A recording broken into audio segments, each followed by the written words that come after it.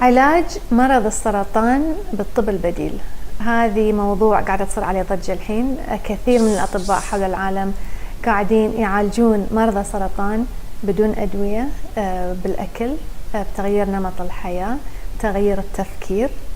وهذه الأطباء للأسف مو كثير من الناس يعرفون عنهم. فقبل فترة سويت مقابلة مع طبيب يعالج سرطان بالطب البديل في مصح في تايلاند، وهذه الحلقة كان عليها إقبال كبير، فقلت بواصل هذا الحوار وهذا الحديث مع هذا الطبيب ومع غيره. فاليوم بعطيكم أجزاء من المكالمة اللي تكلمت فيها مع طبيب اسمه دكتور توماس لودي، وتكلمنا على سكايب، وحاولت أني أطرح بعض الأسئلة اللي قلت يمكن بتكون على بالكم أنتم. فإن شاء الله تعجبكم المقابلة، وإن شاء الله يكون عندنا حوارات أخرى كثيرة معاه ومع غيره من الأطباء أيضا اللي قاعدين يتطرقون حق هذا الموضوع. Dr. Lodi, it's so nice to have you with us today, and I have so many questions for you. I don't even know where to start, but I'm going to try to represent the public, the person who's watching this. And okay. I'm going to ask you the first question, which is usually the question on people's mind, which is, are you actually saying that alternative health can cure cancer, or are we just talking about reducing the symptoms while we're treating it with orthodox methods? Yeah, that's a good question, and the answer is that absolutely. I guess we would use the word cure. I hate to use that word, but I'm going to use it in this sense because you asked it, and that is, can we make sure that the cancer is gone and doesn't come back?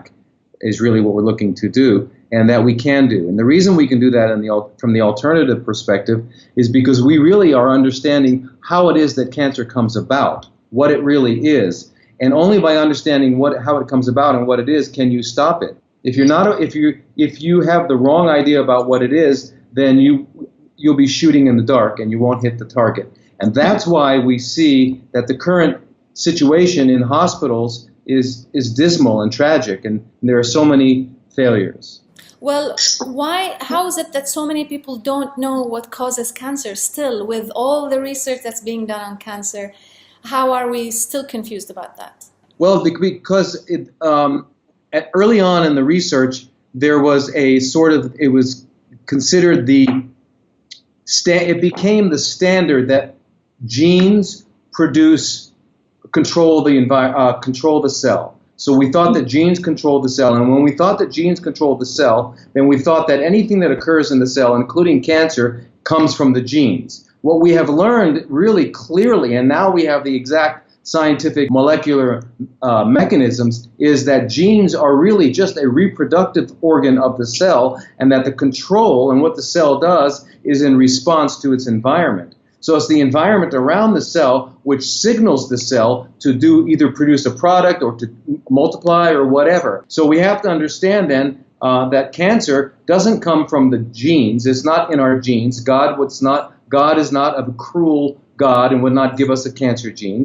That's not the way it works. What it is that cancer is a metabolic response to maintain homeostasis, to maintain health in the face of adverse toxic conditions.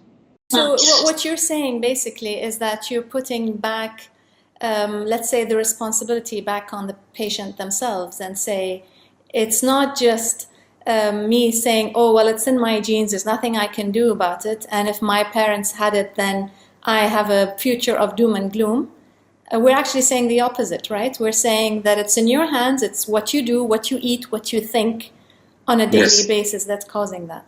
Absolutely, absolutely. And I mean, just thinking clearly about it, if you consider the fact that 100 years ago, when in those days you could do an autopsy on everybody that died in the hospital. Nowadays, you have to get permission, etc. So a lot of times autopsies are not performed, and we don't really know the exact cause of death in hospitals. But 100 years ago, when we did the autopsies, 0.5% of the population of all countries had cancer, 0 to 0.5%. Now, most countries around the world, where 1 out of 4 people are getting it. So if it were genetic, if we were inheriting it, then every one of our grandparents should have had it. But that's not the case. The opposite is the case. Well, a lot of people would argue that maybe the technology in detecting cancer has improved, and maybe our ancestors did get cancer and were not able to detect it, they didn't have the tests that we have today. So is it actually, I mean, this is the question that I get all the time. Is it actually rising? Are the numbers rising? Or is it just that we're detecting it more and testing for it more often? No, the numbers are clearly rising. Even in the 30s, if you were diagnosed with cancer in 1930 and you're diagnosed with cancer today, you have the same chance of recovering. You know, we have gotten nowhere in the last 50 years, and that's because our approach is a warlike approach. We're attacking the cancer. We think that we're going to bomb it or fry it with the radiation, or we're going to do something to kill it.